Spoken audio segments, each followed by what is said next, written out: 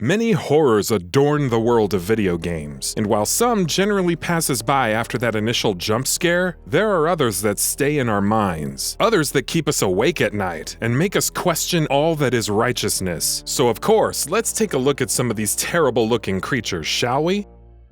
Bloater, The Last of Us. The final stage in evolution for a victim of the cordyceps virus, the bloater's immense size is a testament to its damage resistance. As such, the sheer thickness of the fungus is pretty disgusting when you look at it. The one recognizable quality of humanity remaining are the teeth, and they look especially awful, jutting out amid all the fungi. The Shadow, Amnesia, The Dark Descent.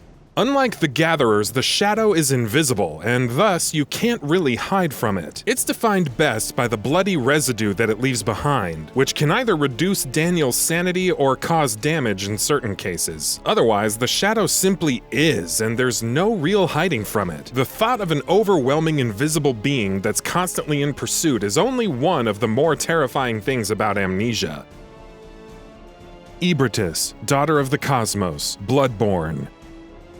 Daughter of the Cosmos sounds like such a pretty title, and that's despite the tentacles, squid-like mouth appendages, and root-like wings like Ebertus first presents. Of course, then she turns around, revealing a mess of fleshy red eyes and tube-like appendages. Even the low-pitched screeching is unsettling, like a wave of madness that's boiling under the surface. Heart of Darkness, Darkest Dungeon.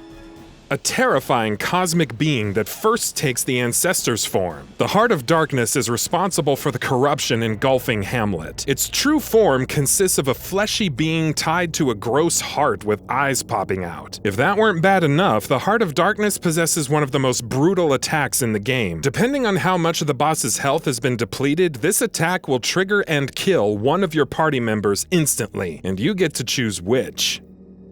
Shub-Niggurath, Quake. Simple yet disgustingly elegant in its design, Shub-Niggurath is Quake. She's responsible for the army of demons invading Earth and consists of little more than a massive bleeding trunk with 3 tendrils jutting up into the sky. Incapable of attacking but invulnerable to most weapons, Shub-Niggurath's name is Lovecraftian in nature and taken from the short story Old Ones. Shade, The Evil Within, The Assignment and the Consequence. Comical in concept, Shade still looks freakishly disturbing. Slinking around, bloody sheets covering its body with a literal spotlight as its head, Shade pursues Julie Kidman throughout the Evil Within's DLC, The Assignment and the Consequence. The worst part? The sheets are actually covering up her immense mouth, which can devour victims whole. Lickers, Resident Evil 2.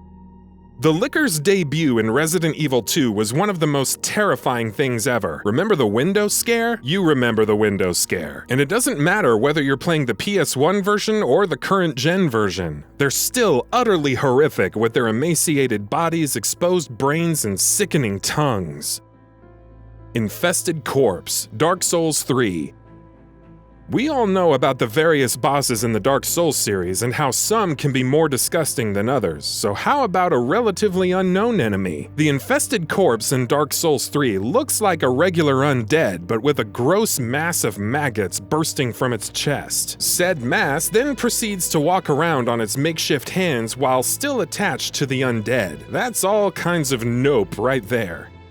Slashers, Dead Space. Despite being the most commonly seen form of necromorph in Dead Space, the slashers are still a sight for no eyes. The human form, stretched, warped, and mutilated into a functional killer, the slashers are known for their bladed appendages, and exposed rib cages, and missing lower jaws, and those intestines turned into a second set of arms because it's the in thing, apparently. GAMALL, Thief, Deadly Shadows. From the offset, GAMALL doesn't look so bad in her translator garb, unsettling but hardly worth crying over. GAMALL the Hag, on the other hand, is a large, twisted form of sinewy arms and manifold skins. GAMALL likes removing the skin of her victims, which would explain her appearance, not that that makes us feel any better. Otyugh, How would you even go about describing an otyugh, let alone fighting one? Its mouth is more like a massive Venus flytrap with lots of teeth. It uses thorny tentacles to lash out at its victims, and its overall size is massive and tough. It's easy to forget how hideous this is, which eats pretty much anything, by the way, really is. Molded, Resident Evil 7. In an interesting departure from series tradition, the Molded in Resident Evil 7 aren't zombies or created by the T-virus. They're essentially creatures formed from colonies of fungus and controlled Evelyn, the main antagonist. You can still catch hints of organs and bones, but for all intents and purposes, fleshy corpses are simply consumed and reconstituted into this moldy monster. And did we mention the teeth? They have some really big teeth. Wheelman, Silent Hill Downpour. It may be one of the more underwhelming Silent Hill titles, but Downpour did give us the Wheelman. You see him throughout the game in a wheelchair with a hospital robe and twisted bleeding legs. But his true form in the final fight is something else entirely, attached to some apparatus with tubs jutting out, horribly shrunken legs, an open rib cage, and a face that's completely mangled. The Wheelman is almost pitiful to look at. INFERI, Condemned, Criminal Origins. Compared to some of the other entries on this list, there isn't too much that's traumatizing about the INFERI. Sure, he's got random metal implants on his face and his skin's relatively creepy, but he comes across as more of a thug. But INFERI is only a primer into the world of Condemned Criminal Origins, which only becomes more sinister as time passes. Crawler, Fable 3. Seriously, just look at the crawler from Fable 3. Multiple eyes, a hunched back with a fin, elongated claws as fingers, that mouth. There's nothing reassuring about the world when the crawler looks at you, especially when you consider that it can manifest hallucinations, see the deepest and darkest fears of people, and blind them out of boredom.